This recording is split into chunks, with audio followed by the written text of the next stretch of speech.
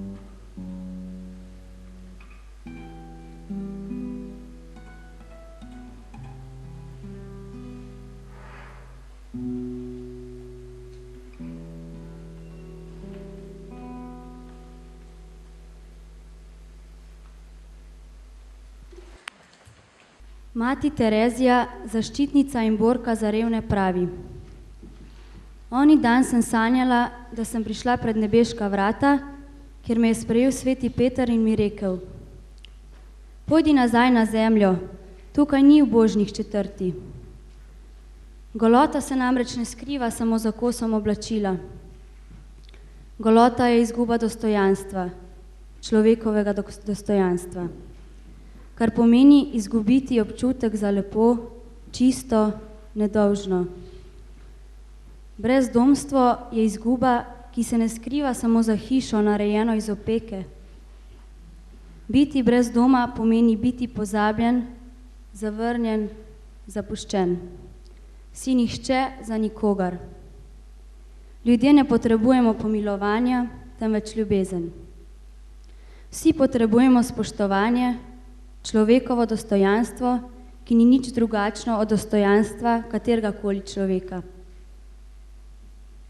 V teh večerih želimo spregovoriti o človekovem dostojanstvu, zanimala nas bodo vprašanja, kot so: v čem je človekovo dostojanstvo, ga lahko človek izgubi, kakšne so naše pravice in kje se krši človekova svoboda. Verjamem, da se bodo tudi vam med okroglo mizo porajala vprašanja, zato vas povabim, da za to vrstno vprašanje uporabite liste in svinčnike, ki bodo krožili med klopmi, vprašanja pa bomo kasneje predali moderatorjem ter poskušali na njih odgovoriti. Sedaj pa k besedi vabim patra Ivana Hočevarja, duhovnega vodja Katoliškega študentskega centra Sinaj. Dober večer, drage obiskovalke, spoštovani obiskovalci. Na 48 Nikodemovih večerih v Mariboru še posebej pozdravljam goste nocojšnje okrogle mize.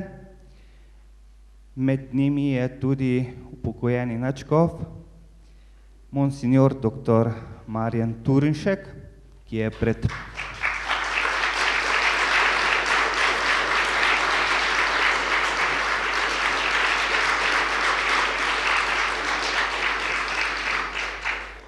pred parimi urami predstavil svojo novo knjigo v Slomškovi knjigarni. Čestitke.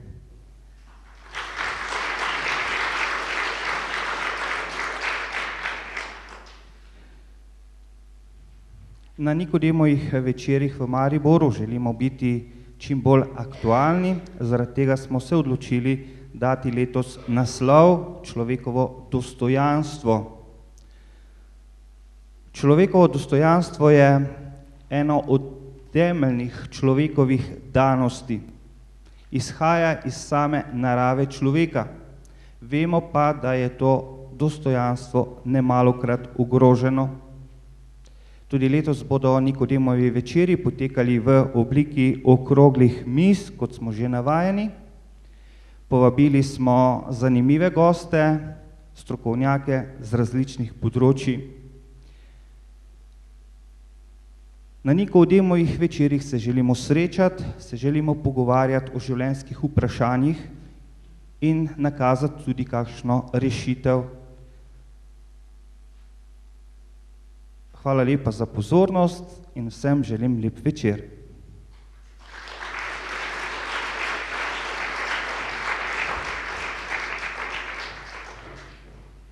Najlepša hvala patru Ivanu Hočevarju. Sedaj pa gremo k osrednjemu dogodku današnjega večera, k okrogli mizi z naslovom V čem je človekovo dostojanstvo. Besedo predajam moderatorju, teologu Janiju Šumaku. Torej prav lep pozdrav tudi z moje strani. Nocojšnji večer je postavljen kot uvod v tematiko človekovega dostojanstva. Prihajajoči 3 večeri, ki jih vsekakor tudi priporočam, so zelo konkretni. Današnji večer pa se mogoče zdi, da je malo bolj teoretičen. S tem nočem nakazati, da bi ta večer bil boljši ali pa slabši od prihajajočih večerov, ampak to pove nekaj temeljitega o dostojanstvu. Dostojanstvo je namreč nekaj konkretnega. Dostojanstvo pravimo, nekomu gre. Gremo zaradi tega, kaj je, in gremo takrat, kadar je vprašanje dostojanstva odgovor na konkretno vprašanje o človeku. Naš odnos do človekovega dostojanstva se kaže na primer v zakonodajah najvišjega ranga, na primer v ustavah ali pa v splošnih deklaracijah. Ampak to seveda ne pomeni, da s tem izčrpamo vprašanje človekovega dostojanstva, s tem pokažemo zgolj, kako na neki meddržavni, diplomatski ali pa pravni ravni razumemo človekovo dostojanstvo, predvsem pa pokažemo eno bolj pomembno zadevo, in sicer, da se vprašanje človekovega dostojanstva pojavi zmeraj takrat, kadar so vprašanja, ki odgovarjajo tudi na to, kaj človek je, na človekovo bistvo. Kolikor torej ta vprašanja odgovarjajo na vprašanje človekovega bistva, se vprašanje dostojanstva razteza onstran posameznih vprašanj in zajema celo trenutke iz človeškega življenja, ki presegajo življenje v ozkem pomenu. V čem je človekovo dostojanstvo, v čem je njegova čast, nam zastavlja tako dve zelo pomenljivi vprašanji. Kaj je človek in zakaj mu gre dostojanstva? In na ta vprašanja nam bodo nocoj pomagali odgovoriti naslednji gostje. Kot prvo vabim doktorico Nadjo Furlan-Štante. Aplavz. Doktorica Furlan-Štante je docentka za področje religijskih študij na Univerzi na Primorskem in namestnica predstojnika Inštituta za filozofske študije. Njena dela obravnavajo tematiko od novih verskih gibanj do vprašanja feminizma v religiji in seveda vsekakor tudi filozofskih del. Kot en oseben spomin na nocojšnjo zagovornico, pa mogoče en spomin na čas študija teologije, ko sem bral en njen članek in sem bil neverjetno navdušen po obdobju srednješolskega učenja o feminizmu, da sem videl, kaj lahko teološki feminizem da k vprašanju teologije in obratno, kaj lahko religija da k vprašanju feminizma. Hvala, da ste nocoj z nami. Kot naslednjega gosta, tudi iz primorskih koncev, bi povabil doktorja Iva Kržeta.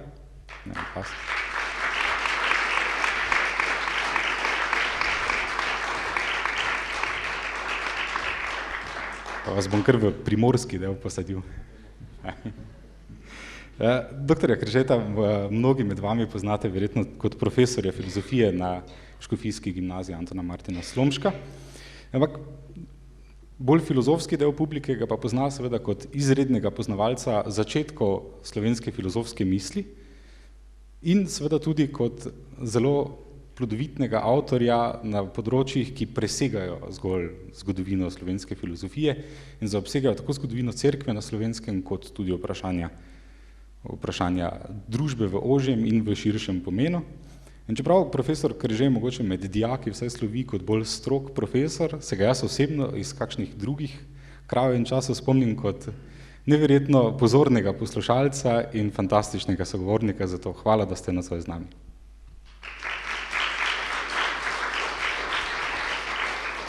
Kot tretjega sogovornika monsignora doktorja Marjana Turnška.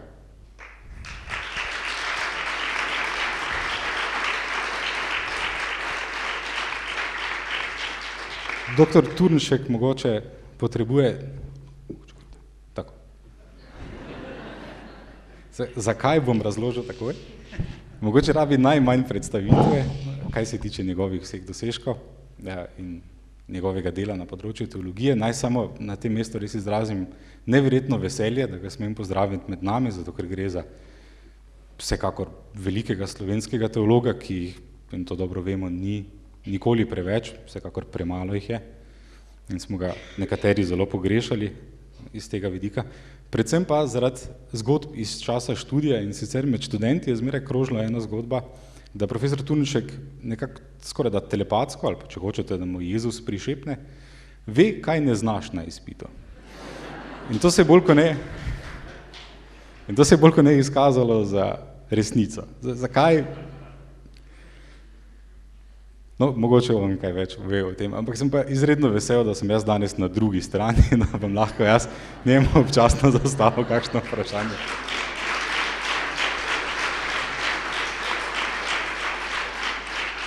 In kot zadnjega sogovornika doktorja Matjaža Cviterja. Aplavz.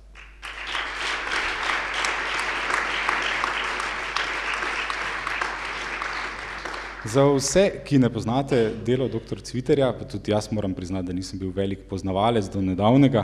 Dr. Cviter je zdravnik na Onkološkem inštitutu v Ljubljani. Še držijo ti podatki? Dobro. Je profesor na večjih fakultetah in njegova strokovna dela ne zaobsegajo zgolj del iz področja onkologije, ampak tudi dela iz področja etike in deontologije, torej etike zdravniškega poklica. Najlepše, kaj nam gospod Cviter lahko danes nudi, je, da pride naravoslovje, ki razume pomen etike, ki razume problem humanistike, problem teologije, da pride k nam, da nas malo prizemlji vsake toliko časa in da z nami stopi in nam pomaga na poti tega krasnega dialoga. Najlepša hvala, da ste prišli med nas.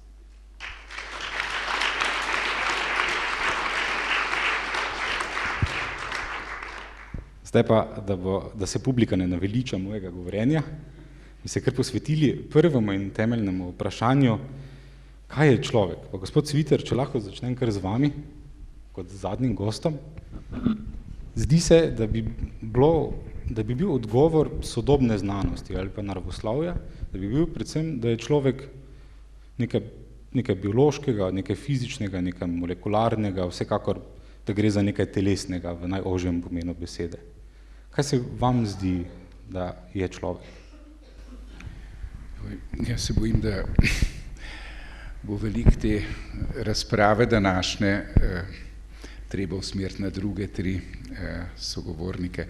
Jaz nisem kakšen globok filozof, nisem filozofije nikoli poklicno študiral, tako da moja izkušnja je zgolj ena sicer že kar 40 let trajajoča izkušnja zdravnika, ampak dosti več od tega pa ne znam povedati.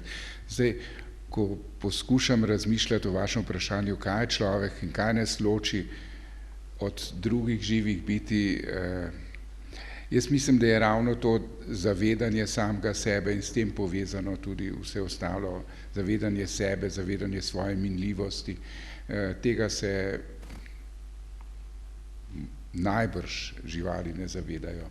Morda kakšne zelo že visoko razvite živali, večina živalskega sveta lahko z nami deli 99% istih genov, ima iste presnovne procese, iste načine razmnoževanja in tako naprej, vendar se ne zavedajo niti sebe kot bitja, se ne zavedajo,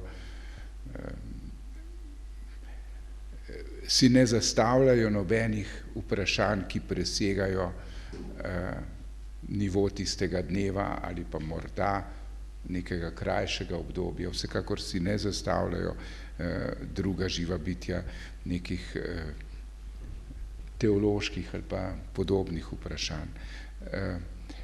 Najbrž ni naključje, da prav, če iščemo eno značilnost, po čem se človek loči od drugih živali, je pravzaprav ravno ta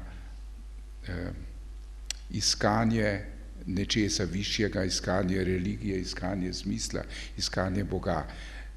Čisto vseeno, v katero kulturo greste, od najbolj primitivnih in izoliranih plemen v amazonski džungli in Indijancev do ljudi v kateremkoli koncu sveta.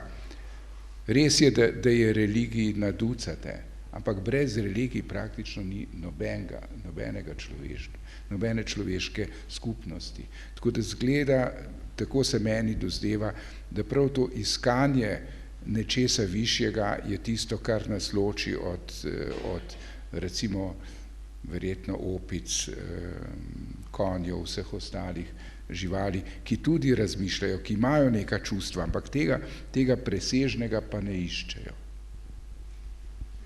Ne vem. Najlepša hvala, odličen odgovor, hvala. Je pa, se mi zdi, da je pa ravno pozval filozofski del te okrogle mize, predvsem doktorja Kržeta, z vprašanjem, ali obstaja neka večna lastnost človeškosti, ali obstaja neko bistvo človeka, neko nespremenljivo jedro. Ja, hvala za vprašanje. Skratka, če gremo k definiciji, ki je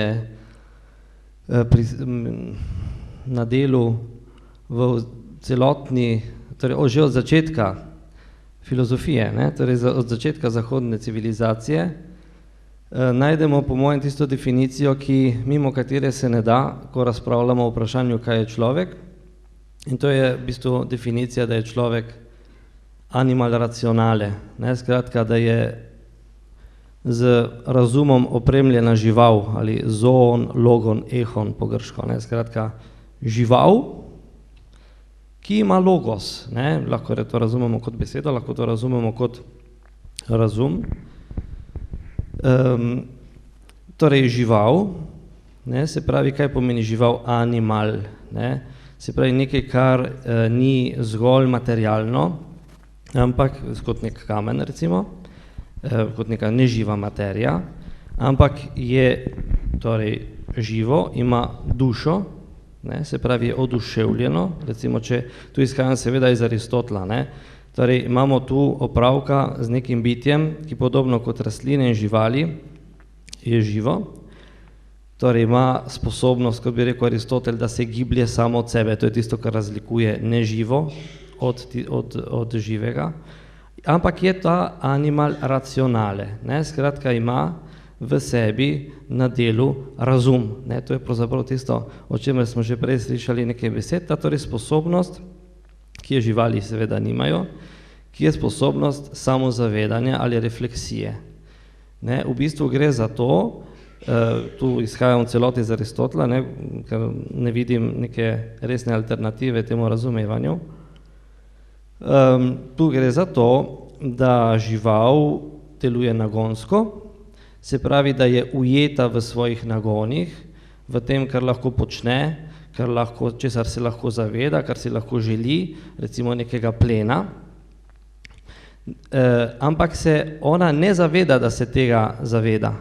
Ne, ona nima sposobnosti zavedanja svojih lastnih dejanj, svojih lastnih pravzaprav duševnih aktov in ker se tega ne zaveda, za razliko od človeka, ne, s temi svojimi, recimo tako, nagoni ne more upravljati svobodno. Ne, se pravi, človek je svoboden, ne, jaz bi dodal tu poleg tega vidika transcendence, ki je bil izpostavljen, tudi vidik svobode, ne, ker dejansko človek je edino bitje, ki je svobodno, prav zato, ker se zaveda svojega lastnega duševnega življenja in ga lahko zaradi tega, ker se ga zaveda, tudi do neke mere seveda svobodno upravlja.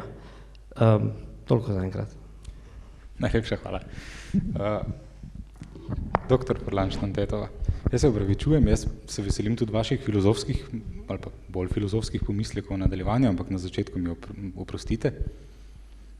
Feminizem nam je pokazal eno krasno zadevo, nekaj, kaj je se zahodna misel v veliki meri spregledala, in to je, da je človek dvoje, da je moški in ženska.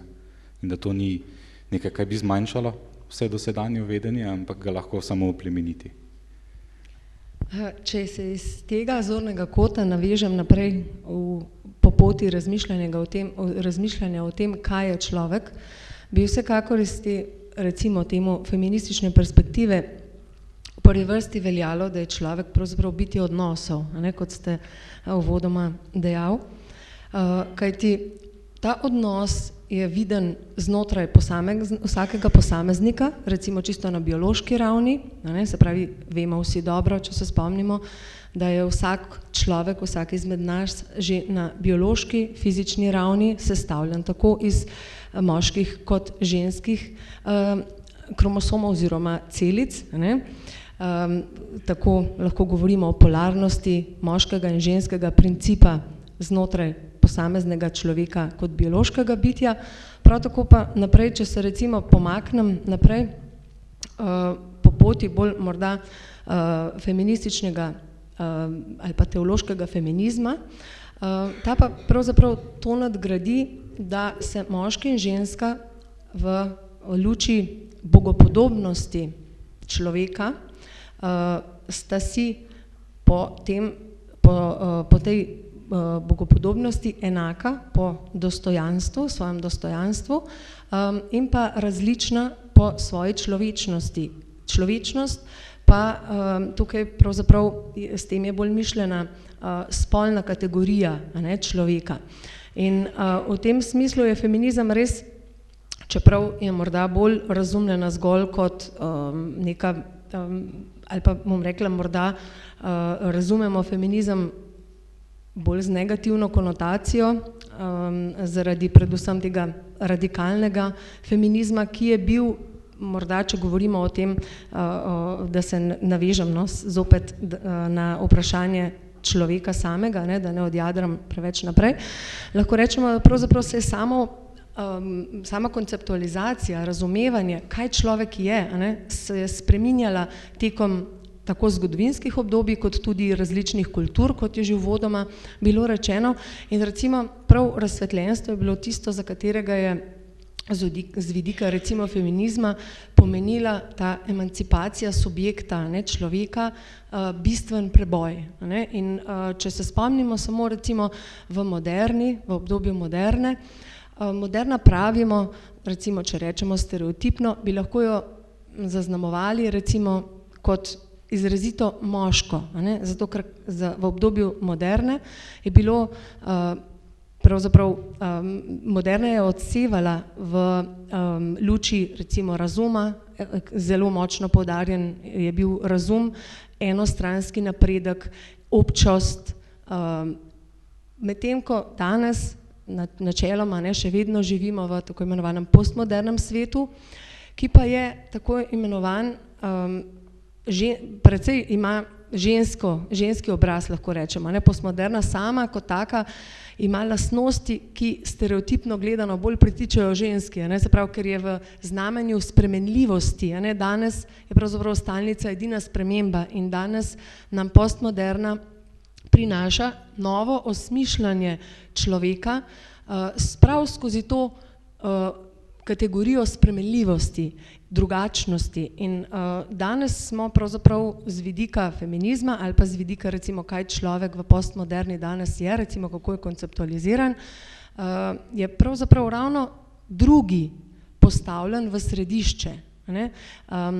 Človek je na nek način razumljen vedno ob drugem, a ne? Se pravi ta relacija odnosov in pa spremenljivosti in sprejemanja. Se pravi sprejemanje, spremenljivost in drugačnost so trije zelo pomembni faktori, ki vsekakor vplivajo na to vprašanje samo, kaj človek je, a ne? Se pravi, ne mislim tukaj v filozofsko-transcendentalnem smislu, ampak konkretno morda bolj družbenem recimo smislu. Da ne bom predolga, bi tu končala, pa predala naprej, ne? Pa bomo potem morda se še vrnili naprej k temu razmišljanju. Hvala za odlične iztočnice. No, doktor Turnšek, saj sogovornica je omenila, iz teološkega vidika bi zagotovo bil poudarek ravno bogopodobnost. Ampak ali je to vse, kaj bi teologija lahko povedala o človeku, predvsem pa v čem je tisto, kaj je strogo človeško, in tisto, kaj je Bogu podobno. In če sploh obstaja kakšna razlika med tema dvema. Morda najprej tole rečem. Pred leti sem bral eno knjigo o definicijah človeka. Mislim, da je Allport avtor, ampak sem že malo pozabil. Ne? Vsekakor njegov namen je bil, da bi zbral 100 definicij človeka z različnih področij in potem na osnovi teh definicij naredil eno splošno definicijo o človeku. Ne? In na koncu, ko to naredi, ugotovi, da lahko na osnovi teh definicij reče, da je skupno tem definicijam o človeku to, da je človek to, kar je.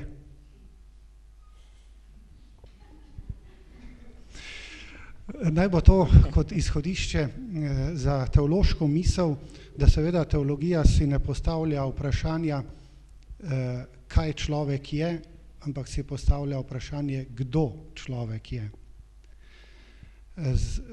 In da bi lahko čisto tako najbolj poenostavljeno rekli, ne? Človek je bitje ljubezni. To je gotovo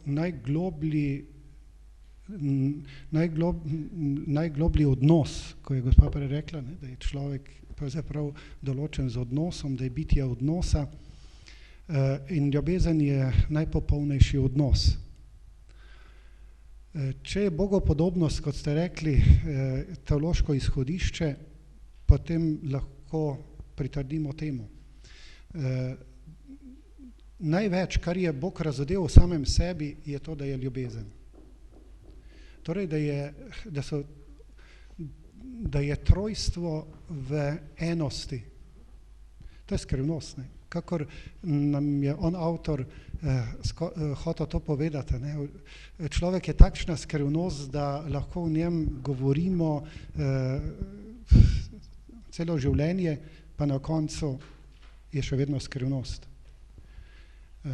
In to je gotovo v teologiji izrednega pomena. Teologija se zaveda, da nima dokončnih odgovorov, čeprav obravnava razodetje. Ampak skozi razodetje se razodeva skrivnost.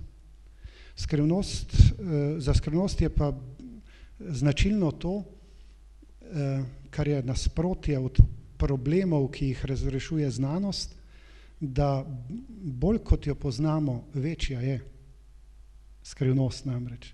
Torej, človek, bolj kot ga poznamo, večja skrivnost nam ostaja. In največ nam je teološko gledano o človeku povedal Bog sam. Skoraj bi lahko rekli, da dobro v človeku govori samo Bog. Ali pa najbolje v človeku govori samo Bog. Če vzamemo kakšno preprosto primero, najboljše o Ferrariju lahko spregovori tisti, ki ga si je zamislil, ne? In tisti, ki ga danes delajo. Tako, če je Bog ustvaril človeka in Sveto pismo nam razodeva, da ga je ustvaril po svoji podobi, ga je torej ustvaril po ljubezni. Lahko bi mogoče še tako rekli, ne, da je človek bitje, ki je sposobno Boga. Lahko bi tako nizali te razne filozofske in druge definicije. Se spomnim, gospod Janžekovič je tako začel, da je človek animal racionale, ne, in je potem prišel do tega, je rekel, ja, ampak nekdo drug je pa rekel, človek je animal risibile. Torej je žival, ki se je sposobna smejati. To je kar pomembno, da smo se sposobni smejati. Marsikaj pove o nas, ne? Prav vsem tem, kar ste že prej vi govorili. Vendar mislim, da je še korak naprej, da rečemo to, recimo, kot je Rahner je rekel, da je človek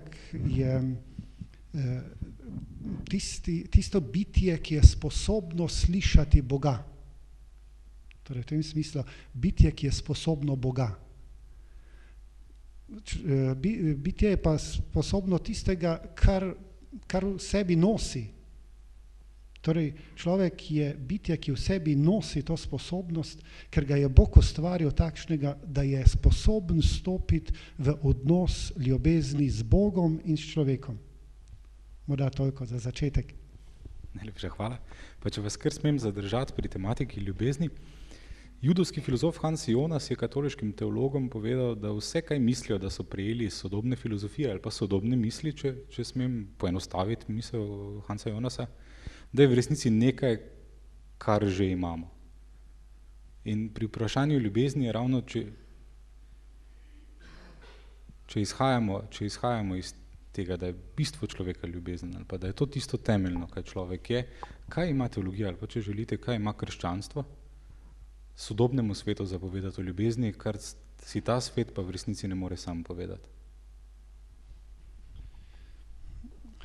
Ja, več je možnosti smeri razmišljanja, ne?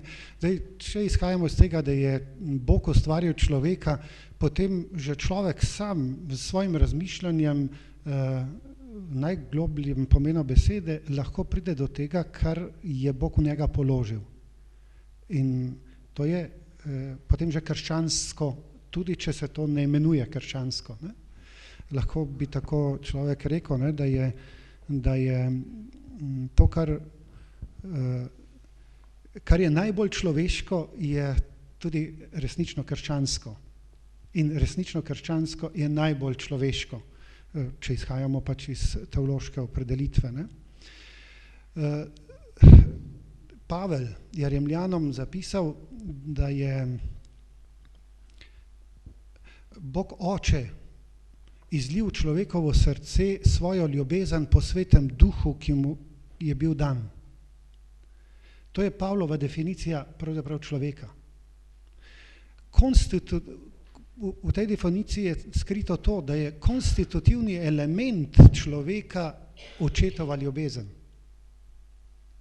In je vsaka uresničitev, pristna, resnična uresničitev človeka pravzaprav uresničitev te ljubezni. Seveda na človeški način, v zgodovinskih pogojih, v pogojih prostora in časa, ne, in tako naprej. Tako da, in če še gremo korak naprej, kaj pa ima specifično krščanstvo za dodati ali pa povedati o človeku, je pa to, kar je prišel povedati svojim življenjem, to se pravi z besedami in z dejanji Jezus Kristus sam.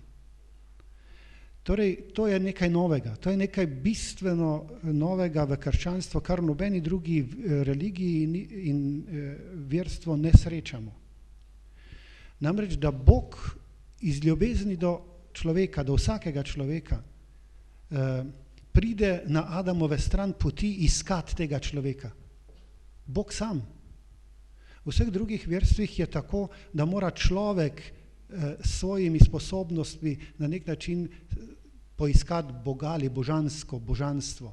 V krščanstvu Bog, ki je ljubezen, pride iskati svojo ustvarjenino. In v tem mislim, da je ta doprinos krščanstva, da je človek toliko vreden v Božjih očeh, da je Bog postal človek samo zato, da bi omogočil človeku, da bi večno živel z njim.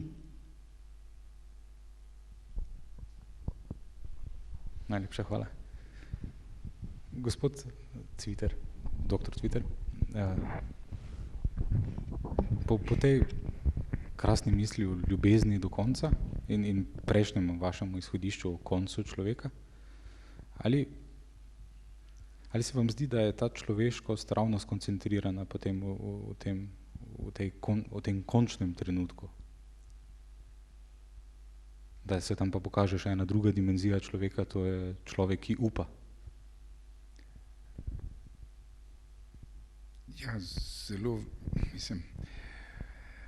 jaz sicer mislim, da, no kljub samo, jaz mislim, da se vendarle to vleče ves čas, da ni to omejeno, recimo, da bi rekli samo na krizne čase, hude bolezni in pričakovanja smrti in vprašanj v zvezi s tem. Jaz mislim, da zelo veliko ljudi, najbrž vsi, vendarle skozi vse življenje si zastavljamo ta vprašanja in ni treba, da si na smrt bolan, da bi začutil neko globoko potrebo po veri, po presežnem in tako naprej. Mislim, da se to dogaja tudi prej. Seveda pa je zdaj pa, če gremo čisto na banalno življenje, kot ga vsi živimo, v nekem srednjem obdobju življenja, da tako rečeva, človek tako zelo prezaseden z vsakodnevnimi vprašanji in se mu odmikajo malo ta vprašanja, ki segajo preko njega, preko meja njegovega življenja. Tako da čisto razumljivo je, da je nekdo, ki je da tako rečemo v vrtincu enega življenja srednjih let, da ta vprašanja, da v njim se manj posveča. Ne bom pa rekel, da jih ne čuti nekje, da ne ravna nagonsko, ali pa morda, ne, nagonsko ni prava beseda, da ne ravna v skladu s tem. Na koncu tisoče in tisoče ur posvečamo svojim otrokom, vnukom, otrokom, staršem, tudi staršem, a ne. Pa saj morda se ne zavedamo vsak hip, da gre tukaj tudi za neko delovanje, ki sega preko mojih vsakodnevnih interesov, a ne. Da se s tem, ko se otrokom posvečam ali pa vnukom ali pa tudi staršem, da sebe uresničujem kot višje bitje, ne zgolj kot animal, kot smo rekli. A ne. Seveda se pa na koncu življenja ta vprašanja najbolj zgostijo. Takrat se pa najbolj zgostijo, takrat pa ostaneš pogosto z njimi sam, takrat te zasedejo popolnoma. In verjetno vsi poznamo ljudi, ki niso bili verni, pa so na koncu že v zadnjih mesecih ali tednih življenja začutili eno globoko potrebo. Teh zgodb je nešteto. Na presenečenje vse družine, kaj pa zdaj stara komunistka kliče duhovnika. Ampak konec človekovega življenja je pa tudi blazno težavno vprašanje za zdravnike, predvsem za onkologe, si predstavljam. Sploh ob pojavljanju misli, kot je človeka vredna smrt, dostojna smrt. Se odpre, poleg vprašanja, poleg temeljnih nalog, ki jih ima zdravnik, to je, da zdravi in da tudi lajša bolečino, na koncu je tudi vprašanje dostojanstvene smrti. Bi nam zaupali kakšno misel o tem? Ja, seveda o tem se govori in se zmeraj več govori in se bo govorilo tudi ob vedno nikoli zamrtih in vedno bolj živih razpravah o evtanaziji, o pravici do dostojne smrti.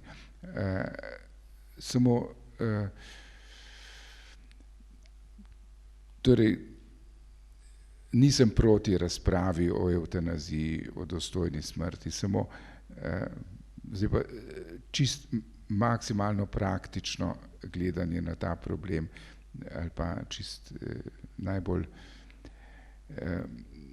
recimo, da ostanemo na tleh in da ne filozofiramo. Ko tisti hip, ko bo v naši deželi vsakomur, ampak res vsakomur, zagotovljena zelo dobra oskrba, da bojo res dostojno, in zdaj smo pri dostojanstvu, lahko preživeli ta končno obdobje življenja, ko bo to omogočeno, takrat sem se jaz tudi pripravljen pogovarjati o tem, da bi nekdo želel aktivno končati življenje. Dvomim, da je zelo veliko takih ljudi, ampak morda se tu in tam najde kakšen, se lahko tudi o tem začnemo pogovarjati. Dokler pa tega ni, dokler je pa paliativna oskrba pri nas tako obupno na nizkem nivoju, dokler je praktično nemogoče nekomu zagotoviti brez velikega odrekanja družine, kar pa tudi pomeni neko izgubo dostojanstva. Če nekoga pošlješ domov v zelo bogem, slabem stanju in če si morajo svojci odrekati celi vrsti stvari, potem je ta človek spet ob svoje dostojanstvo. Ker ve, da njegovi otroci bi morali v službo, pa živijo tam, ker je odvisen od njih. In odvisnost je izguba dostojanstva. Da sem odvisen zato, da me negujejo vsak dan, moji domači, druge možnosti pa nimamo. Mi smo tako nizko za paliativno oskrbo, da zaradi tega enostavnega dejstva bi jaz ne dovolil, da se o evtanaziji razpravlja. Ni slovenska družba toliko revna, da si ne bi mogla privoščiti dovolj oddelkov negovalnih po bolnišnicah in drugot in po domovih in tako naprej. Dokler pa te možnosti ni, dokler je praktično nemogoče doseči dostojno paliativno oskrbo, potem tudi o tem. In tukaj tudi o tem ne moramo govoriti. Še? Najlepša hvala za korajžo. Ampak doktor Križej, če smem, vprašanje človekovega dostojanstva pa presega zgolj, kako umre, ampak tudi kaj se s človekom dogaja po njegovi, če želite, fizični smrti. Lahko to gledamo tudi kot filozofi, rečemo, da to bistvo to, kaj človek je, to ne preneha z njegovo fizično smrtjo.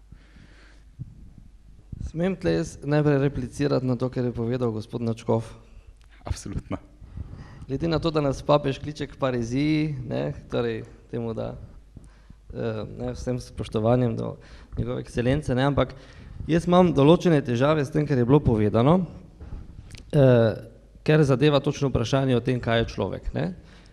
Jaz sem večkrat slišal v sodobni teologiji, se pravi tezo, ki ste jo ponovili, ki je več ali manj Rahnerjeve provenience oziroma iz tega teološkega okvira, da je, se pravi, človek anima humana naturalitar Christiana, ne, skratka, da je človek po svojem bistvu kristjan in da je pač, to je v bistvu ta jedro te trditve, ne. Če bi to bilo res, bi vsak človek bil kristjan. Ne? Če bi to bilo res, bi vsak človek po svoji naravi bil kristjan. Torej, nekdo, ki ne bi bil kristjan, ne bi bil človek. Recimo, ne? Oziroma, se mi zastavlja vprašanje, zakaj je sploh Kristus prišel početi na svet, če bi to bilo tako. Ne? Tako da jaz tega stavka ne uspem razumeti. In bi tu dodal še eno stvar, mogoče rahlo repliciram na gospod Štantetovo, ker sem opazil eno podobnost v opredeljevanju, kaj je človek, ne v smislu torej te nekako pomika, ne, vprašanje identitete človeka, recimo iz definicije, da je človek animal racionale, ne, klasična definicija, jasna, ne, ki jo jaz zagovarjam, k definiciji, da je človek skrivnost, kot smo slišali, oziroma da je človek nekaj, ne, v duhu postmoderne filozofije, v bistvu nedefiniranega, ne, nekaj, kar se sproti definira, nekaj, kar drsi, skratka neka identiteta, ki jaz le vidim en velik problem. Smem? Samo na kratko eksplicirati. Mi se vsi zavedamo, da se nahaja zahodna civilizacija torej v veliki krizi, ne? Verjetno ni treba, da to posebej pojasnjujemo, se kaže tudi v demografskem stanju, ne? In tako naprej. Vidimo pa, da v bistvu, po mojem mnenju, ne, je to vezano v veliki meri na razumevanje tega, kaj je človek. In se mi zdi, da se pravi, neko problematično razumevanje tega, kaj je človek, ki omogoča potem neko različne vrste manipuliranja s človekom, recimo v totalitarnih sistemih, v raznih oblikah kulture smrti, kot so splav, kontracepcija in tako naprej, ne? Da se skratka ti pojavi v sodobni družbi, ki so kričeči, alarmantni, vežejo na neko razumevanje človeka, kakršno smo slišali eksplicirano ravno prej, ne? Namreč, če pogledamo čisto na kratko zgodovinsko, ne, v bistvu se novoveška, moderna podoba človeka in stvarnosti v bistvu oblikuje že v srednjeveški filozofiji. Ne, in sicer v okviru neke filozofije, ki se reče averoizem, ki je islamskega porekla. In v bistvu Averroesove filozofije, ali po muslimansko, mislim po arabsko se je temu reklo Ibn Rušd, temu filozofu, ne, ki je zelo pomemben filozof iz 12. stoletja, je točno v tem, da tisti del človeka, ki je racionalen, ki je na nek način usmerjen v transcendenco, izstrelimo iz človeka kot animal racionale, skratka iz njegove duševnosti, iz njegove telesnosti in ga pravzaprav naredimo skoraj da istovetnega Bogu. Ne, to je bistvo Averroesove filozofije, ne, ki jo prevzamejo potem različni novoveški filozofi, Descartes, Kant, ne, ki v bistvu to, kar je značilno človeško, izstrelijo iz ostale človekove identitete, ki je duševno-telesna. Ne, in nastane potem kaj, da sicer človeško razum na nek način se po božanstvi, kar postane človekova razumnost podobna pravzaprav božji, ne, kot recimo v Heglovi filozofiji, postane to čisto očitno, ostalo človeško pa je oropano tistega dela, ki je značilen za človeka racionalnost in zato lahko potem v modernem času s tem, kar ostane od človeka, torej njegov, bi rekli, čustveno-telesen aspekt, se manipulira po mili volji, ker to ostane potem preprosto nek material, neka gmota, ki je brez človekova dostojanstva, ker smo to človekovo dostojanstvo izstrelili previsoko gor. Ne? In jaz imam občutek, recimo, ko rečemo, da je človek, ne, po svoji naravi že zmožen Boga, da je po svoji naravi že krščanski, da je po svoji naravi v bistvu bi lahko rekli že odrešen, že istoveten na nek način poenoten z Bogom, da smo postavili to dostojanstvo previsoko, ne, in smo s tem pustili vse ostalo, kar ostane v človeku, ne, pravzaprav smo ga prepustili kot plen manipulaciji oblasti, manipulaciji samovolje človeka na različnih nivojih. Ne vem, če sem bil jasen. Ja, moram jaz odgovoriti. Ja, najprej to, jaz gotovo ne želim stopati v filozofsko debato, ker nisem tu kot filozof, ampak kot teolog. To, kar ste vi zdaj razlagali, jaz o tem nisem govoril. Zdaj, če bi dobro poslušali, bi verjetno to tudi dojeli. Jaz sem rekel, da je po teološkem gledanju, razodetju človek bitje, ki je odprt Bogu, ki je v tem smislu sposoben stopiti v dialog z Bogom, da je Bog ustvaril človeka takšnega. In ker je Bog ljubezen, ga je ustvaril kot bitje ljubezni. In preko uresničevanja ljubezni v svojem življenju vstopa v dialog z Bogom.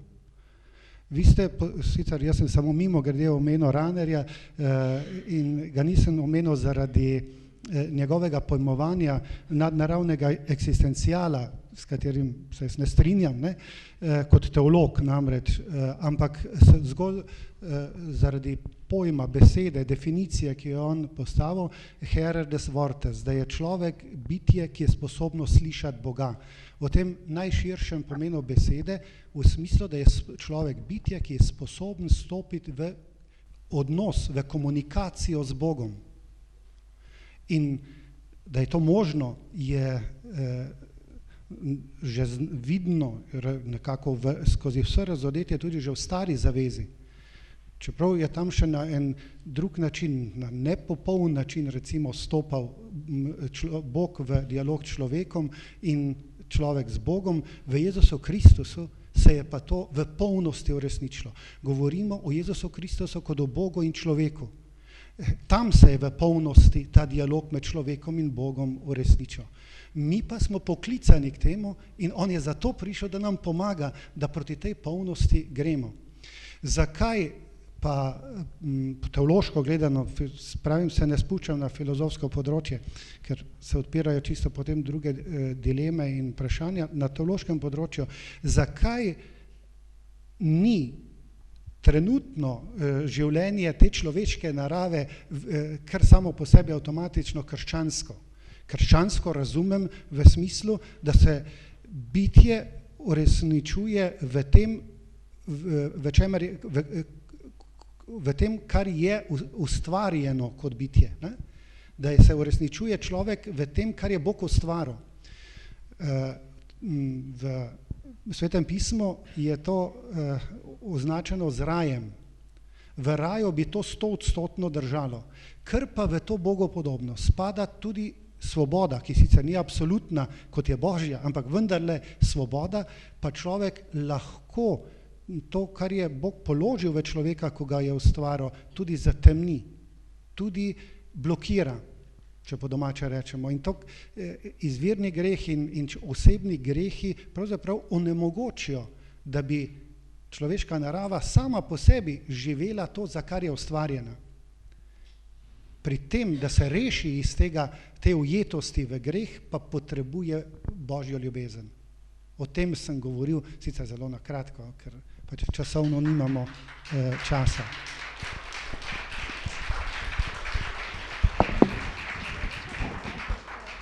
Ja, absolutno. Hvala za izziv. Pravzaprav, da lahko majčkeno bolj natančno pojasnim, kaj se pravzaprav želela povedati s tem orisom glavnih, recimo glavne značilnosti teh dveh obdobij, preteklih zgodovinskih, recimo v katerih, ki so najbližje nam časovno zdaj, se pravi postmoderna, v kateri teoretično živimo, in moderna, sem želela pravzaprav opozoriti samo to, da ukolikor recimo z vidika feminizma govorimo o tem, ko stereotipno označimo recimo te dve zgodovinski obdobji, ne, se pravi moderno in postmoderno, lahko rečemo, da je bila moderna kot takšna zaznamovana bolj z pečatom moškosti, kajti le-tej, recimo za moderno, ne, konkretno v navezavi na vprašanje človeka, človek je bil recimo v moderni razumljen kot nek vseobsegajoči, močni, racionalni subjekt, ki si je lahko na nek način recimo skozi neko recimo evropocentrično gledanost ali pa recimo, če posplošim recimo tisto, kar ni bilo v tem duhu, ne, je bilo manj vredno, manj nekako se pravi zrto kot manj vredno in primitivno, ne. In v tem sozvočju je bila v času moderne, če tudi moram poudariti, da je ravno v moderni vzniknil, se pravi tisti prvi najbolj radikalen val feminizma kot takega, ne, veljalo za žensko, da se je pravzaprav morala za to, da bo poskušala se pravi si priboriti neke osnovne pravice recimo ali pa dokazati, sem namenoma uporabila to besedo, da ima enako dostojanstvo, ne, človeško dostojanstvo kot moški, zato se je morala ženska v obdobju moderne velikokrat pomožačiti, zato da je bil ženski princip delovanja pravzaprav enako priznan, ampak pravzaprav tukaj gre za nek paradoks. Ženska pravzaprav moderni, posplošujem seveda, zato da je bila priznana, je morala oziroma je delovala bolj po moško, ne, dočim recimo v obdobju postmoderne, pa je sam duh tega obdobja, v katerem živimo, kliče po spremembah, ne, se pravi, postmoderna sama je pravzaprav v luči nenehnega spreminjanja in pa vrednotenje drugega, drugačnega je postavljeno v samo središče postmoderne. In v tem smislu je postmodern človek izzvan, da drugače razume drugega kot recimo, ne vem, človek v moderni, ne? In v postmoderni človek tako, pravzaprav sem želela poudariti s tem, da ravno ta spremenljiva drugačnost, ne, ki je ena od temeljnih značilnosti postmoderne, je odprla konkretno na družbeni in religijski sferi vprašanje enakega dostojanstva tako ženske kot moškega, ne. In pravzaprav sem samo v tem kontekstu želela uporabiti oziroma orisati to pot ali pa to podstat, ki nam je pravzaprav prinesla tudi to, da v postmoderni, v kateri živimo danes, dostojanstvo sleherne človeške osebe razumemo tudi preko vprašanja kategorije spola, se pravi, da to, ko rečemo, da smo recimo enakopravni oziroma enaki po pravu, ne, zato je seveda podstat dostojanstvo sleherne človeške osebe, pa vendarle sem želela poudariti oziroma želim poudariti to, da je postmoderna tukaj naredila vendarle korak naprej, kajti ni ostala le pri luči ali pa recimo črki zakona, če temu lahko tako rečemo, ne, ker če gledamo recimo emancipacijo subjekta, konkretno ženske, ne, le ta skozi moje oči ali pa skozi oči teološkega feminizma ni nič drugega kot le dolg marš skozi različne institucije, ne, če resnična emancipacija subjekta, se pravi emancipacija v smislu enakega dostojanstva, enakih možnosti, enakopravnosti, ne, se pravi, da sta oba spola, tako ženski kot moški, ki sta si, kot sem prej dejala, v luči bogopodobnosti enakovredna, pa vendarle različna po svoji človečnosti, po svoji človeški podobi in da je ne glede na njuno različnost, da sta moški ali ženski način delovanja ali drugače rečeno moški ali ženski princip enako oziroma enakovredno pripoznana in priznana. To pomeni, da pravzaprav je to dostojanstvo recimo ženske osebe in moške osebe vidno prav recimo ne samo skozi to enakopravnost v luči zakona, ampak tudi pri tem, da nas postmoderna taka kot sama po sebi nekje izziva, da pustimo za seboj ali pa da presežemo neke negativne recimo spolne stereotipe, katerih ujetniki smo bili vsi, tako moški kot ženske, recimo da pretekla zgodovinska obdobja. Recimo jaz sem se omejila samo na moderno, da ne bi pa preveč, ker je težko zelo posploševati, ker pravzaprav vsako obdobje pozna, da ne boste mislili, da govorim, da pravzaprav ženski v preteklosti recimo, ali pa ni bilo, da ženska v preteklem obdobju, recimo v začetku krščanstva ali pa potem tudi v srednjem veku, da ni bilo močnih žensk, ne govorim o tem, ali pa vidnih ženskih likov, ampak želela sem samo opozoriti na to, da vprašanje dostojanstva, sleherne človeške osebe, ki je dobila v bistvu še posebej v postmoderni ta pridih pozitivne ženstvenosti, pa vendarle se mi zdi, da je eno od znamenj časa, na katera pravzaprav so opozarjali številni papeži, en izmed najbolj mogoče revolucionarnih skozi moje oči je bil vsekakor papež Janez Pavel II, je naredil v bistvu bistven preboj, ali pa Pavel VI še prej, ko je v bistvu drugi vatikanski koncil sam, recimo papež 23.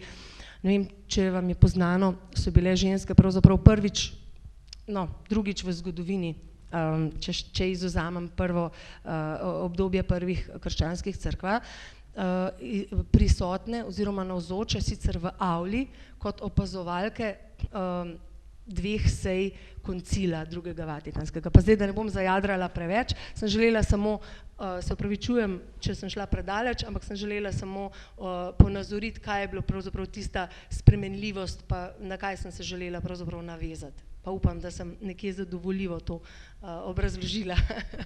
Hvala. Najlepša hvala za ta odgovor, obema. Doktor Krože, v upanju, da ste dobili vsaj nastavke za dober odgovor, čeprav po mojem mnenju ste dobili 2 dobra odgovora, bi vas kljub temu nazaj speljal malo na prejšnjo vprašanje.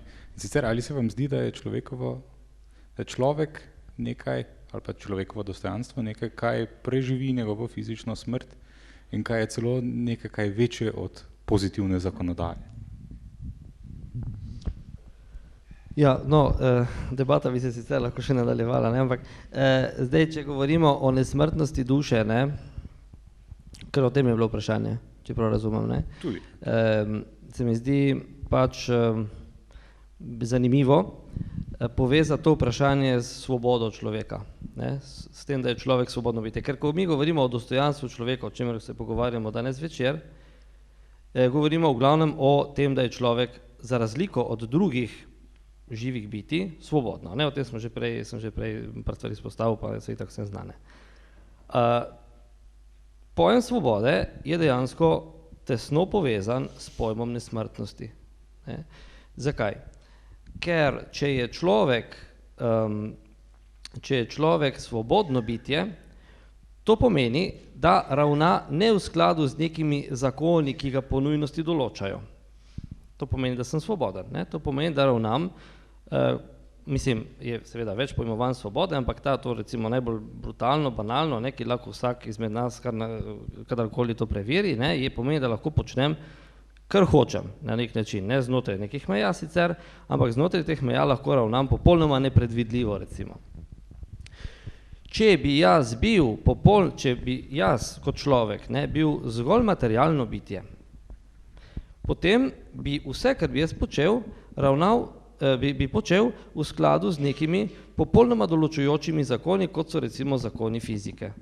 Ker materija se ravna zgolj po naravnih zakonitostih, ki popolnoma določajo recimo gibanje krogle od točke A do B in tako naprej. Tudi pri živih bitjih, ki niso kot človek svobodna, lahko prepoznamo nek algoritem, po katerih ta bitja ravnajo, temu rečemo recimo nagon, ali pa pri rastlinah je to še bolj preprosto rast. Torej, če sem jaz svoboden, je nekaj v meni nematerialnega. In če je nekaj v meni nematerialnega, potem ni podvrženo nastajanju in minevanju, kar je značilno za materialne stvari. Se pravi, je nekaj v meni nesmrtnega in temu rečemo duša, nesmrtna duša. Zanimivo je, da sistemi, ki so temeljili na materializmu, so seveda zanikali, povsem logično, so zatirali svobodo. Ker nek sistem, ki temelji na materializmu, bo v človeku videl zgolj materijo in torej ne bo videl v njem nič, bi rekel, nič nesmrtnega, torej nobenega bistvene značilnosti, po kateri bi se človek recimo razlikoval, kaj zvem, od kamna ali rastline ali živali, in torej bi lahko s človekom v taki miselnosti počnemo, kar hočemo. In to so dosledno izpeljevali recimo komunizem, nacionalsocializem, skratka, sistemi, ki so izhajali iz trdega materializma. Tako da je zanimivo pravzaprav pomisliti, da nekdo, ki je materialist, v bistvu ne more zagovarjati svobode. Mi smo vajeni, pravzaprav imamo celo vrsto komunističnih spomenikov okoli, ki govorijo o svobodi, pa to je dejansko protislovno. Se pravi, kako lahko komunist govori o svobodi, če je materialistično razpoložen, mislim, če je temeljna ideja pri njem materializem. Sem bil dovolj jasen? Ja, ste bili najlepša, hvala. Jaz bi za vse sogovornike bi zastavil zdaj pa res enotno vprašanje, in sicer, kje je vir človekovega dostojanstva? Če smo zdaj v grobem se dotaknili tega, kaj človek je, odkot črpamo ali pa odkot izhaja, izvira njegovo dostojanstvo? Pa če smem kar z vami začeti. Vir človekovega dostojanstva, zdaj da ne bom začela pri feminizmu, mi dovolite en ekskurs. Absolutno, vsi smo se ga veselili. In sicer imela sem to možnost, da sem v času pisanja diplomske naloge bivala pol leta v Zambiji, v parih katoliških misijonih, in tam sem se dodobra spoznala z prvobitno kulturo oziroma prvobitno religijo tako imenovanega bantu človeka oziroma plemena bantu, ki je eno od 73 plemen, ki še danes prebiva v Zambiji, se pravi centralni Afriki. In zelo zanimivo mi je bilo to, ker v bistvu gre za drugačno, se pravi ne toliko evropocentrično razumevanje vprašanja dostojanstva človeka, pa pravzaprav mi je bilo zanimivo to, ker imajo en pregovor, ki pravi, da je deleženje božjega oziroma božanskega v človeku tisto, ki človeku prinaša neko vrsto dostojanstva oziroma dostojanstvo. Oni to besedo pravzaprav imajo 4 besede, ki ustrezajo našemu pomenu, oziroma 4 so pomenke dostojanstva. Se pravi, eno vrsto dostojanstva, ki je v bistvu tisto temeljno človekovo dostojanstvo, ki loči človeka od, se pravi, dostojanstvo človeka od dostojanstva živali, ker oni govorijo tudi o dostojanstvu živali, je, se pravi, stopnja deleženja te božje iskre, recimo, je tista, ki v človeku, ki človeku samemu po sebi daje oziroma nosi dostojanstvo. Če pa se vrnem v evropsko, recimo bolj feministični koncept pojmovanja človekovega dostojanstva, pa je vsekakor človečnost, se pravi človečnost sama po sebi, človečnost per se, tista skupna stična točka slehernemu človeku, ki pač in deleženje dostojanstva le-te je, se pravi, enakovredna za vsakega slehernega človeka, ne glede na spol, raso, etnično ali kakršnokoli drugo, recimo religijsko ali katerokoli drugo pripadnost. Najlepša hvala. Doktor Cviter, isto vprašanje. V čem vi vidite vir človekovega dostojanstva? Jaz bom najprej samo en čisto majhen izlet nazaj. Vprašanje modernega in postmodernega človeka meni malo odmaknjeno. Bojim se, da ta postmoderni čas še ni nastopil. Bojim se, da danes kljub z vsem spoštovanjem do vseh, ki se borijo za pravice žensk, da ženske več trpijo kot včasih. Da če pogledamo krizne čase v Sloveniji, mame, ki otrokom ne morejo dati hrane, so v večjih težavah, kot so bile včasih. Če pogledamo v nek muslimanski svet, ženske, ki jočejo ob ranjenih otrocih, moški pa grejo, vzamejo puško pa se grejo boriti. Mislim, lepše jim je na nek način, ženske bolj trpijo in jaz ne vem, če je ta postmoderni čas že nastopil. Jaz se bojim, da danes tudi ni slučaj, da Angela Merkel hlače nosi. Torej, obvlada svet je ena najmočnejših vladaric, ampak s tem, da se obnaša kot moški. Vse borze, vsi njihovi zlomi, borzniki nečloveško rušijo ekonomske temelje po svetu. Zaradi vsega tega, jaz mislim, ženske bolj trpijo. Vsa ta globalizacija, vrag je vzem, da ti morajo vsako stvar narediti na Kitajskem za 5 centov cenej, ruši socialni mir in spet so ženske tiste, ki največkrat zgubijo delo in ki tako da delajo za mizerne plače, ki jih na koncu še dobijo. Tako da mislim, jaz mislim, da ta svet, ta čas še ni nastopil. In to je pa direktno zdaj v zvezi s tem, kaj je to človekovo dostojanstvo. Jaz bolj znam reči, kaj ni. In ni dostojanstvo to, kar sem zdaj omenil, kar se zmeraj pogosteje dogaja. Ni dostojanstvo to, kadar si ponižan. V kakršnemkoli smislu ponižan. Ponižan v tem, da si v bolniški sobi skupaj z 6 drugimi in morajo vsi gledati tvoje intimne dele telesa, kako ti sestre negujejo. Si ponižan, ko nimaš otrokom za dati hrane, si ponižan, ko delaš, pa ti obljubljajo plačilo, pa ti ga ne dajo. Si ponižan na 101 način in ta ponižanja so jemanje dostojanstva. Jaz ne vem, če pri živalih obstaja ponižanje. Mogoče v nekaterih primerih lahko tudi govorimo, da se žival obnaša, da vidiš, da je ponižan, ampak v glavnem ne. Žival je lačna ali pa sita, jo zebe ali pa ne, medtem ko človek je pa lahko globoko v duši nekje ponižan in to je tisto, kar jemlje dostojanstvo. Ne vem, če sem prav kaj rekel, ampak... Super, najlepša hvala.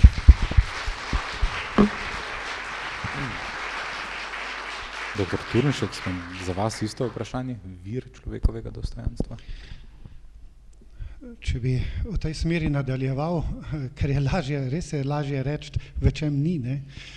Potem sem prepričan, da človekovo dostojanstvo ni v njegovem razumu, če smo prej rekli, da je animal racionale. Ker imamo ljudi, ki ne morejo uporabljati razuma, kaj nimajo, potem več dostojanstva. Ali 2 celici ob spočetju, ko sem jaz bil 2 celici še nisem imel razuma razvitega. Ne? Ali še manj, da bi izviralo človekovo dostojanstvo lahko iz neke njegove sposobnosti, recimo ustvarjati profit. Vse to namreč v sodobni družbi najdemo, ne? Kot neko redukcijo izvora dostojanstva človeka. Ne? Zdaj zopet, če gledam z teološkega vidika, pa kot vernik, ne, jaz vidim najgloblji izvir človekovega dostojanstva v individualni ustvarjenosti vsakega človeka iz Božje ljubezni. Da je Bog vsakega izmed nas hotel, vsakega, konkretno vsakega izmed nas, ne človeške vrste, ampak da je vsakega izmed nas Bog hotel, takega kot zdajle je vsak izmed nas v svojem jedru, v svojem bistvu. In iz tega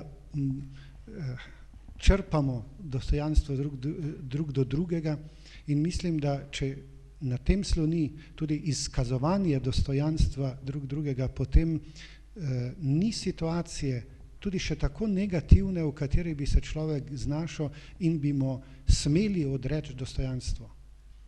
Največji goljuf, največji terorist na svetu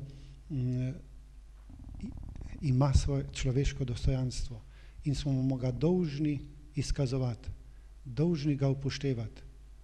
To ne pomeni, da odobravamo, kaj on dela, vse, ampak on kot človek, teološko gledano, kot božja stvaritev, ki je Bog hotel zgolj iz ljubezni do njega, je vreden vsakega spoštovanja.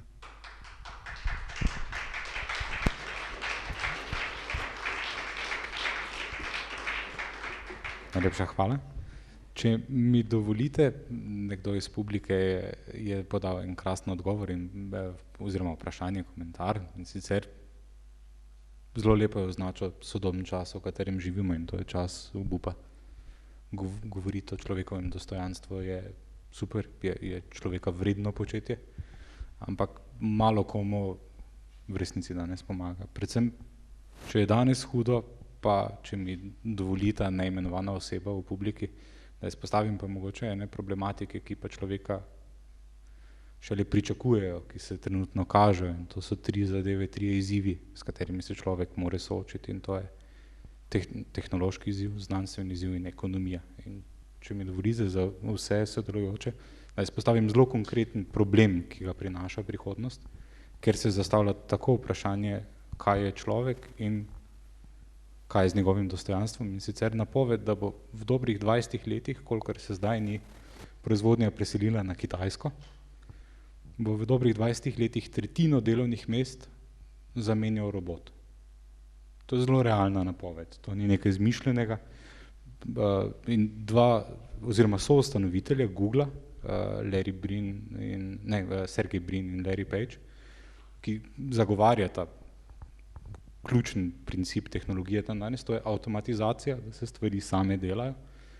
Ko sta bila soočena z tem vprašanjem na enem izmed redkih intervjujev, kjer sta bila oba na kupu, sta rekla, ja, pač bodo pa ljudje manj delali.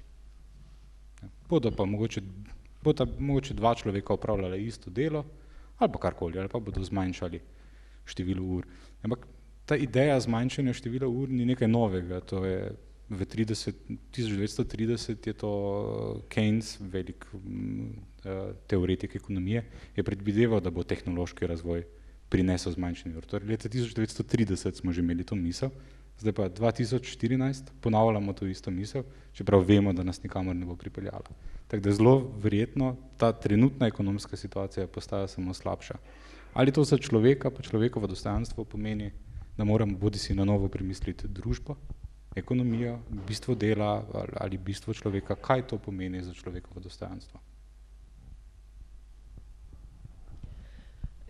Če smem, pravzaprav res je vse, kar ste povedali, in hvala, da je jaz bom vendarle rekla, postmoderna dopustila to senzibilnost moškega, da lahko pridejo pravzaprav te resnice, ki ste jih vi izrekli iz moških ust, ker je vendarle drugače tudi kdo, oziroma ali to izreče moški ali ženska, ne glede na čas, v katerem živimo.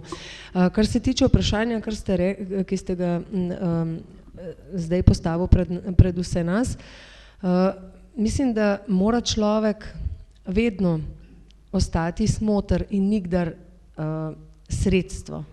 Se pravi, to je po mojem tisti bistveni ideal, kateremu in pa za katerega si moramo prizadevati na pač različne načine, ne glede na tehnologijo, ki nas pravzaprav, ki nam ne, kot ste omenil, ki nam ne sodi več toliko za to, da nam pomaga, ampak nas pravzaprav na nek način zasužnjuje. In prav to, da je človek smoter, nek samosmoter in ne sredstvo za dosego nekega cilja, se mi zdi, da je tisto etično vodilo, ki bi ga pravzaprav, se pravi nek ideal, za katerega si mora sleherni človek pač prizadevati v bodoče, Kajti tako tehnologija kot globalni kapitalizem oziroma izkoriščevalski duh ekonomije sta tista, ki tlačita tako človekovo dostojanstvo kot in pravzaprav človeka postavljata in delata sredstvo za dosego cilja, ne pa pravzaprav smoter človeka kot takega. Se pravi, zničita to človekovo dostojanstvo. Kaj pa lahko pravzaprav človek naredi? Jaz bom pravzaprav tu se zopet vrnila k, bom rekla, izvornemu odnosu, kot to jaz temu poimenujem tako.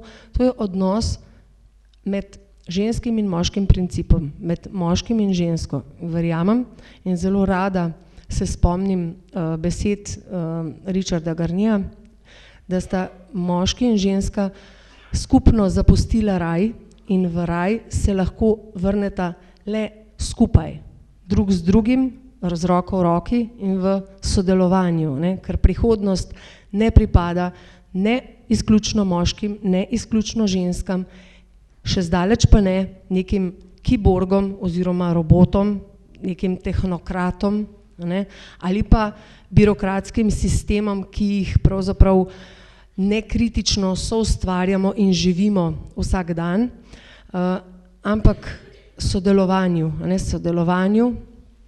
med človekom, se pravi človek s človekom. In verjamem, da če bomo najprej sami s seboj, potem pa drug z drugim kultivirali odnos dostojanstva, se pravi dostojanstven odnos drug do drugega, verjamem, da samo s tem lahko in da je to edino orožje, seveda poleg kritičnega opozarjanja, tudi javnega, včasih, da se lahko pač raznim tehnokratskim oziroma robotizacijam in pa ostalim pastem, ki nas v bistvu pestijo v poti v našo prihodnost.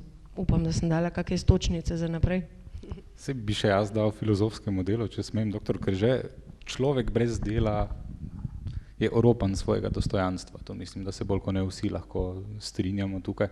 In če je sedanjost grozna in je prihodnost še slabša očitno, vemo pa, da revolucije niso odgovor, kaj lahko filozofija pove današnjemu človeku, predvsem pa človeku prihodnosti. Jaz iskreno povedano, recimo v tej tehnologizaciji v smislu tega, da bi človek manj delal, pa da bi bolj delali stroji, v tem ne vidim že nujno nekega posledičnega propada človekovega dostojanstva ali nekega upada.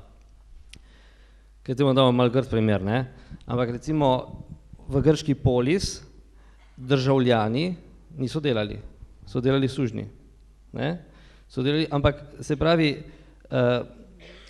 oni so lahko funkcionirali kot ljudje, ne bomo rekli, da Aristotel ni Sokrat ali Platon, da niso funkcionirali na ravni nekega človeškega dostojanstva. Seveda, suženjstvo je jasno nekaj, kar zavračamo, ampak če namesto sužnja bi deloval nek stroj, jaz tle v principu ne vidim problema. Jaz vidim tle bolj vprašanje, bodo tu delali stroji namesto nas, ampak čigavi bodo ti stroji? Mislim, mene bolj skrbi demografska kriza. Absolutno, to je vprašanje ekonomije. Mene tu skrbi bistveno bolj, prav v povezavi z vprašanjem človekovega dostojanstva, se pravi demografska kriza, skratka preprosto dejstvo, da naša družba, zahodna družba, demografsko tone, vis-a-vis, recimo, muslimanski družbi, ki vidimo tam v severnem Iraku in tako naprej, kaj to dejansko pomeni. To se mi zdi v tesni povezavi s vprašanjem človeškega dostojanstva, ker mi smo prišli do te demografske slike, kako? Tako, da smo začeli na osnovi, po moji oceni, tistega razvoja, samorazumevanja človeka v novem veku, ko se je dostojanstvo človeka projeciralo previsoko gor, se je opustilo pravzaprav to telesno dimenzijo človeka in se je potem s telesom začelo preprosto manipulirati, bi rekli, po mili volji, ker točno to je tisto, čemu rečemo kultura smrti, skratka splav, evtanazija, kontracepcija, razne oblike iztirjene spolnosti, ki se zdaj razglašajo za normalne, mislim na homoseksualnost recimo, ne. Skratka, to so same oblike pravzaprav neke manipulacije z lastno telesnostjo, ki se ne jemlje več kot neke objektivne danosti, ampak se jih jemlje preprosto kot nekaj, s čimer lahko subjekt po svoje ravna. In kot rezultat, kaj imamo? Ne samo, da skratka je človek v tem smislu, ne, kot žrtev splava in tako naprej, oropan človekovega dostojanstva, ampak celo to, da preprosto človeka počasi ni več, ne, skratka imamo opravka še s fizičnim izginotjem in poglejte, ta ekonomska kriza mi ne bo nihče razložil, da ni povzročena bistveno ravno s tem demografskim upadom. In mene skrbi po drugi strani, recimo, da smo imeli v Vatikanu nedavno recimo sinodo o družini, ki namesto, da bi ponujala tu neke alternative, v tem smislu neke rešitve, kako izboljšati recimo to demografsko stanje, se je skoraj zdelo, ne, tam nekje na pol poti, da bodo ustoličili recimo homoseksualnost kot nekaj več ali manj sprejemljivega za katoliški nauk ali pa recimo vprašanje tudi odločitve, ki je s tem povezano. Tako da me resnično bistveno bolj skrbi demografsko stanje. Hvala. Doktor Turnšek, če smem vas povabiti, isto vprašanje. Če zopet gledam jaz z teološkega vidika ali svetopisemskega vidika, potem meni strah za bodočnost. Zdaj razodetje pravi, da ta svet, tak kot ta svet bo propadal.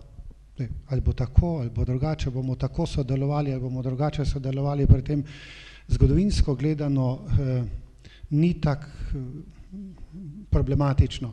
Ker konec koncev, jaz sem prepričan, da je človeštvo že ničkolikokrat, če ne v vsaki generaciji, imelo možnost samouničitve v taki ali drugačni obliki.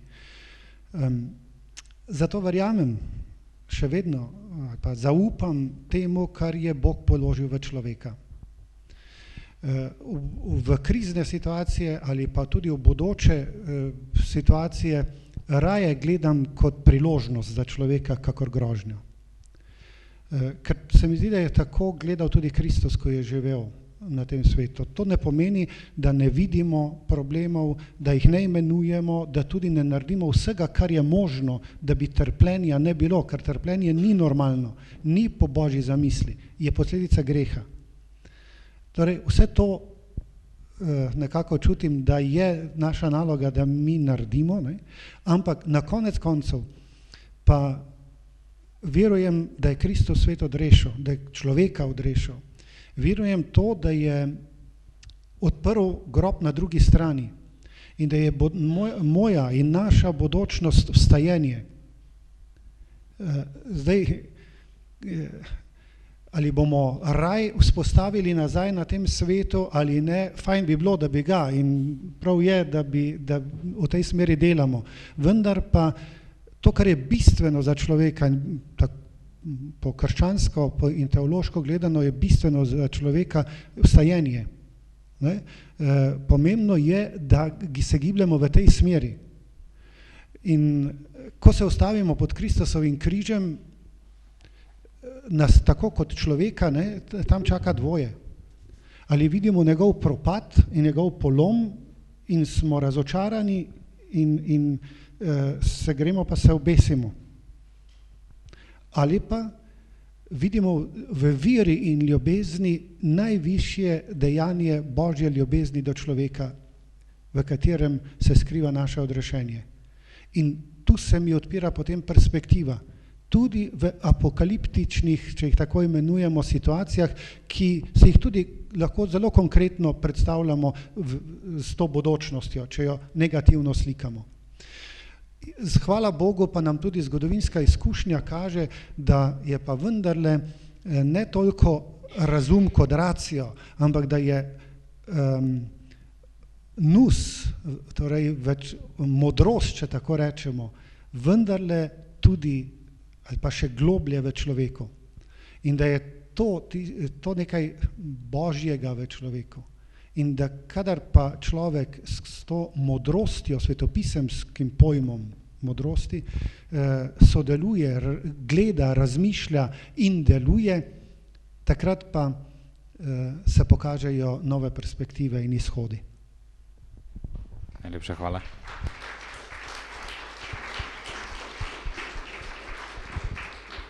Doktor Cviter, jaz si predstavljam, da vi to zadevo vidite tudi na bolj konkretni ravni. Verjetno vaši mlajši kolegi imajo bistveno slabše pogoje kot vi. Grožnja tehnologije, pa razvoja medicinske znanosti ali pa farmacevtskih lobijev pa je verjetno naravno zastrašujoča.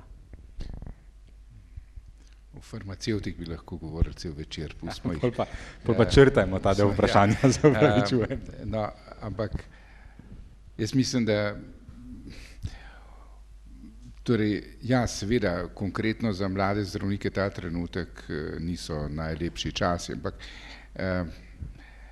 jaz ne bi bil, jaz ne vidim, da je nujno treba biti tako hudo pesimističen. Tudi če bo res to, da bodo roboti opravljali večino neprijetnih ponavljajočih se gibov, ima tak tehnološki razvoj na koncu lahko tudi pozitivno stvar, na koncu se lahko zgodi, da bo pa nekdo, en pameten ekonomist, izračunal, da se bolj splača pri nas srajce delati z roboti, kot pa plačevati transport iz Bangladeša. Tako da in plačevati delavce tam, tako da boš pač tukaj postavil tovarno z nekaj zaposlenimi in bojo srajce letele ven iz strojev ali pa omarce ali pa karkoli že. Ni rečeno, da so vse stvari tako zelo slabe. Jaz mislim, da lahko, da se obrnejo tudi dobro. Se zelo strinjam s tem, važno je, čigava je ta tovarna in tukaj mislim, da to je najbrž bolj važno, kot si mi predstavljamo, ker jasno dobiček pa potem odteka iz države. Cela vrsta, Slovenija sploh ni med najbolj neperspektivnimi državami. Nasprotno, jaz sem zelo prepričan, ko imam rad to deželo, da je med najbolj perspektivnimi državami glede na to, kaj lahko ponudi na področjih, kjer pa res roboti še zelo dolgo ne bodo mogli konkurirati. Pa ne je to turizem, ne je to zdravstvo, karkoli od tega bo še vedno tudi čez 50 let zahtevalo zelo veliko človeškega dela. Tako da jaz mislim, da stvari niso tako nujno slabe. Problem pa je seveda, da ta naša ladja nima posadke ali pa saj nima pametne posadke in tukaj pa smo vsi v težavah, ki smo potniki.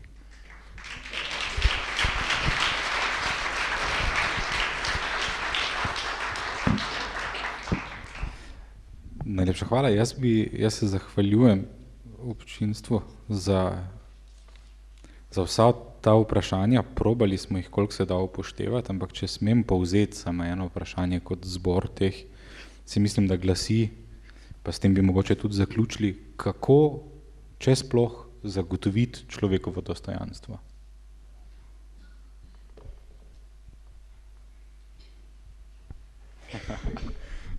Skozi ljubezen.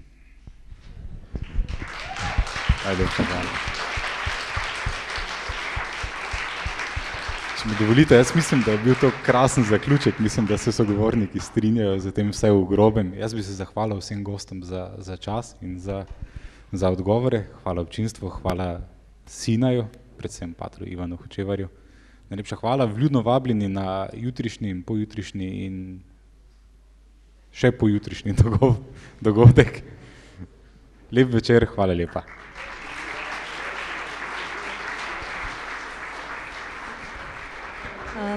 Zahvaljujemo se gostom za podeljene misli. Dr. Nadi Furlan-Štante,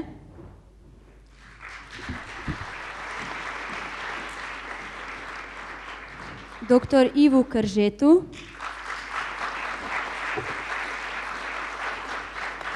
dr. Matjažu Cviterju,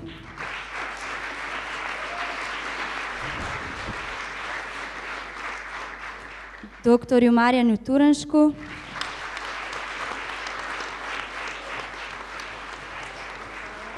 ter moderatorju Janiju Šumaku. Naj vas povabim, da se nam pridružite tudi na jutrišnji okrogli mizi z naslovom Krščevanje otrok, prednost ali nasilje. Gostje bodo Nataša Tkalec, Milan Fras, Vlado Began, dr. Roman Globokar ter moderator pater Ivan Hočevar. Hvala in lep večer še naprej.